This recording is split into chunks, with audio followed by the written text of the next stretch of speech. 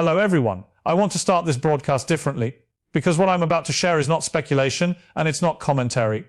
This information was not meant to become public. It was discussed quietly, carefully, and deliberately out of view. Over the past 48 hours, multiple sources with direct knowledge of recent royal communications have confirmed something that, until now, many believed was impossible. A line of contact, long considered frozen, has quietly reopened, not publicly, not ceremonially, but privately, and at the center of this unexpected shift is King Charles. According to these sources, the king has taken a step that insiders are calling an olive branch, a move designed not for headlines, not for cameras, but for containment, healing, and control. At the same time, Prince Harry and Meghan Markle have reportedly reconnected with select members of the royal family away from public view, in what is being described as a measured and conditional reunion. This is not reconciliation as the public imagines it. This is something far more complex. Before we go any further, I need you to subscribe, because stories like this don't unfold in press releases. They unfold in fragments through signals, timing, and quiet decisions that only make sense when you see the full pattern. Let's begin at the point everyone misunderstands. For years, the narrative has been framed as a simple feud, Harry versus the palace, Meghan versus the monarchy. But according to people inside the system, the reality has never been that simple. What actually broke wasn't just trust, it was structure, and that's why King Charles stepping in now matters. Over the last several months, something has changed behind the scenes. Court cases slowed, language softened, silence replaced escalation. Sources close to royal advisors say the king began receiving internal briefings suggesting that the ongoing rift was no longer just a family matter, it was becoming a long-term institutional risk. Not emotionally, strategically, because unresolved conflict has a cost. It affects public confidence, it complicates succession optics, and it leaves space for narratives the palace cannot control. One senior source put it this way: this stopped being about Harry a long time ago. It became about what history would say the king allowed to fracture on his watch. That's the context in which this olive branch emerged. According to multiple confirmations, Charles authorized a discreet outreach, not directly to the media, not publicly to Harry, but through intermediaries trusted by both sides. No statements, no demands, no apologies. Just a signal. A signal that communication, under very specific conditions, could resume, and here's the key detail most people will miss. This was not about restoring roles, it was not about titles. It was not about money, it was about containment and clarity. At nearly the same time, Harry and Meghan were reported to have quietly reunited with certain royal family members. Not senior figures, not public-facing royals, but individuals whose role has always been relational, not political. According to insiders, these meetings were short, controlled and intentionally limited. No photographers, no joint appearances, no social media, and most importantly, no discussion of the past. That's not avoidance, that's strategy, because reopening the past invites re-litigation, and the palace has no interest in that. One source described the tone of these interactions as neutral but respectful, not warm, not hostile, functional, and that alone marks a major shift. To understand why this is happening now, you have to understand what changed for King Charles. Unlike previous phases of this conflict, the king is now operating with full authority. He is no longer constrained by transition, no longer buffered by uncertainty, and with that authority comes responsibility, not just to family, but to legacy. Several advisors reportedly warned that if the rift with Harry remained unresolved indefinitely, it would define Charles' reign more than any reform he attempted. That warning carried weight, because history doesn't remember intentions. It remembers outcomes. And that brings us to the most important detail of all. According to multiple sources, Charles' olive branch comes with boundaries, very clear ones. No further public attacks, no surprise disclosures, no escalation through intermediaries. In exchange, limited contact remains possible. This is not forgiveness. This is management. And that distinction matters, because for the first time since Harry and Meghan stepped back, the palace is no longer reacting. To understand why this quiet reconnection matters, you first have to understand who is deliberately not part of it. Because while King Charles has opened a controlled channel, Prince William has not. And that is not an accident. According to multiple sources familiar with internal discussions, William's position on Harry and Meghan has remained unchanged for years. And it remains unchanged now. Not out of anger, not out of emotion, but out of finality. One insider described William's view in a way that's strikingly simple. For William, this isn't an argument that needs resolving. It's a chapter that already closed. That distinction explains everything. Where King Charles views the situation as something that must be managed, William views it as something that must be contained. And those are two very different philosophies.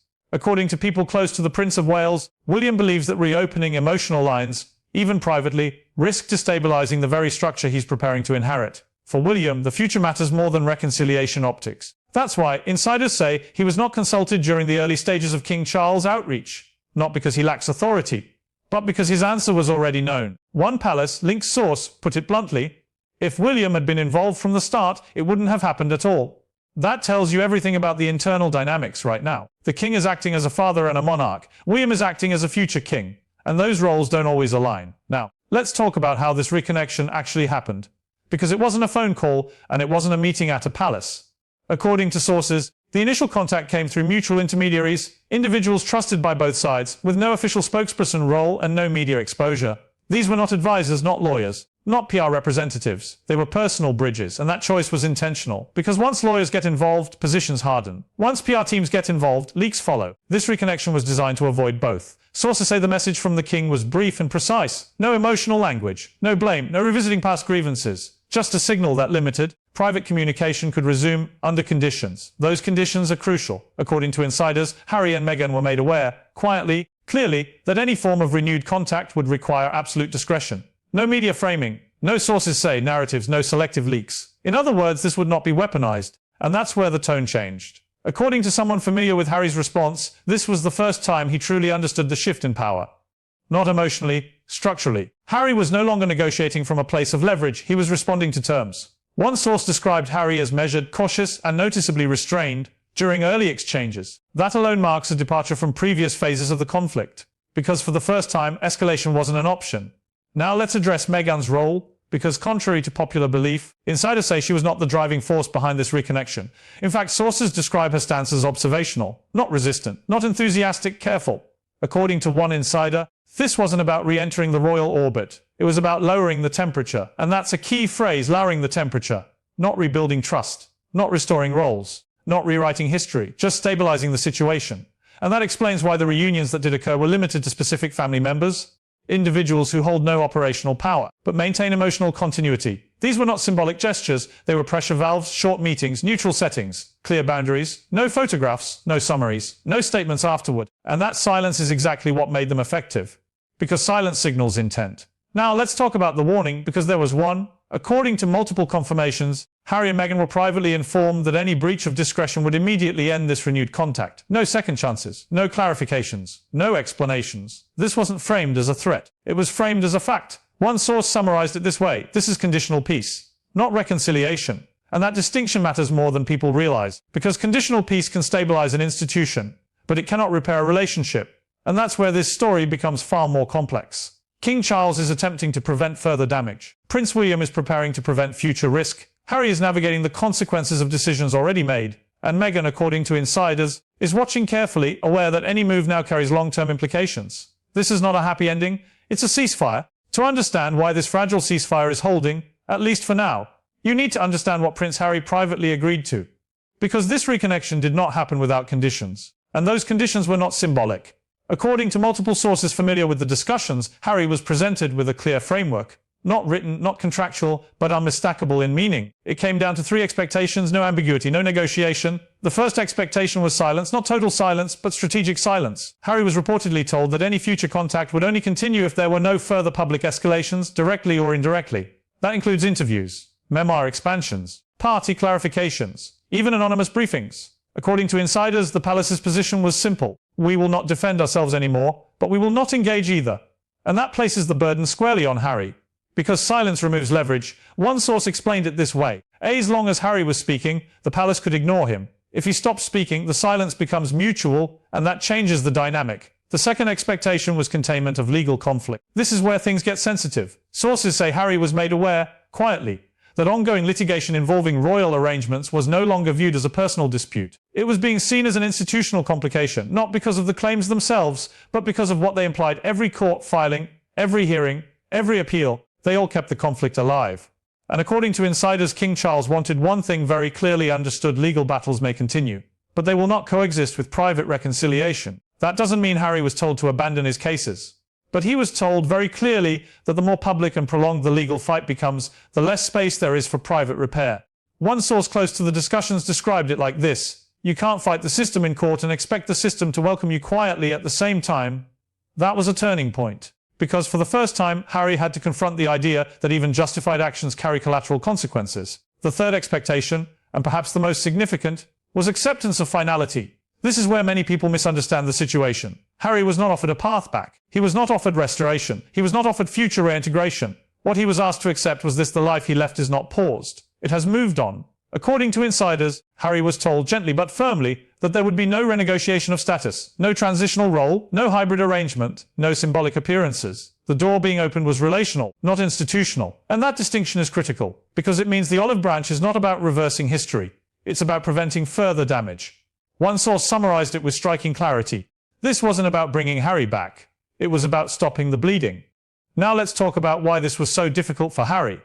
Because this is where the emotional weight comes in. According to people who have spoken with him recently, Harry's experiencing something insiders describe as delayed realization. At the time of departure, everything felt urgent, necessary, protective, but years later the consequences feel heavier. Harry reportedly did not expect how complete the separation would become, not in theory, but in practice. He underestimated how much of royal life operates outside public view. Quiet conversations, unrecorded decisions, informal trust. And once those disappear, they don't return easily. One insider put it this way: Harry didn't lose privileges, he lost proximity. And proximity is power. Now, here's where this intersects with Meghan's position again, because according to sources, she understands this reality very clearly. Insiders describe her as pragmatic about the situation, not seeking reintegration, not pushing confrontation, aware that any future stability depends on predictability. That's why, according to those familiar with the talks, Meghan supported a low-profile approach. No visible wins, no public validation, just fewer conflicts. That may not sound dramatic, but in royal terms it's significant, because drama is destabilizing, and stability is currency. Now let's address the question everyone is asking: why now? Why did this olive branch emerge after years of silence, tension, and escalation? According to sources, timing is everything. The monarchy is entering a phase where continuing matters more than confrontation. Succession optics, public fatigue, institutional focus. The last thing the palace wants is a prolonged narrative of unresolved family fracture dominating the next decade. King Charles understands this, and that understanding is what motivated his move, not sentiment, strategy. By now, one thing should be clear: this was never about forgiveness, and it was never about going back to the way things were. What King Charles extended was not reconciliation, it was control over the future. According to insiders, the message delivered to Prince Harry was subtle, but unmistakable. The past will not be rewritten. The institution will not apologize publicly, and the monarchy will not bend to pressure. But the door to human connection would remain unlocked. Quietly, conditionally, without guarantees. For Harry, this moment represents something deeply uncomfortable. Not rejection, but acceptance. Acceptance that the royal world he left behind has continued without him, efficiently, methodically, and without collapse. And that realization carries more weight than any public criticism ever could. One source close to the situation described Harry's position like this: Harry's not being punished. He's being reminded that the system doesn't stop for anyone. And that may be the hardest truth of all, because for the first time Harry is not fighting an enemy, he is confronting finality. Now, let's be very clear about Meghan's role here, because much of the public narrative gets this wrong. This moment is not about Meghan being welcomed or rejected, it's about boundaries being respected. Sources insist Meghan understand that any future stability depends on predictability, not proximity. No surprise moves, no public counters, no emotional leverage. In royal terms, that restraint speaks louder than presence ever could. So what happens next? That depends entirely on one thing: what Harry does after the silence. Because this ceasefire is fragile. It is not protected by contracts, it is not enforced by rules. It exists only as long as no one breaks it. Any interview, any memoir addendum, any source close to the couple narrative, all of it could undo months of quiet diplomacy in seconds. And the palace will not respond twice. That's the unspoken reality here. King Charles has made his move, not as a father seeking closure, but as a monarch securing stability. And Prince Harry now faces a choice that no court case, no documentary, and no headline can make for him. Does he continue fighting a system that has already moved on? Or does he accept that some doors, once closed, are not meant to reopen, only to stop slamming shut? Because this olive branch, it is not an invitation, it is a line in the sand. And what happens next will define not just Harry's relationship with the royal family, but how history remembers his departure.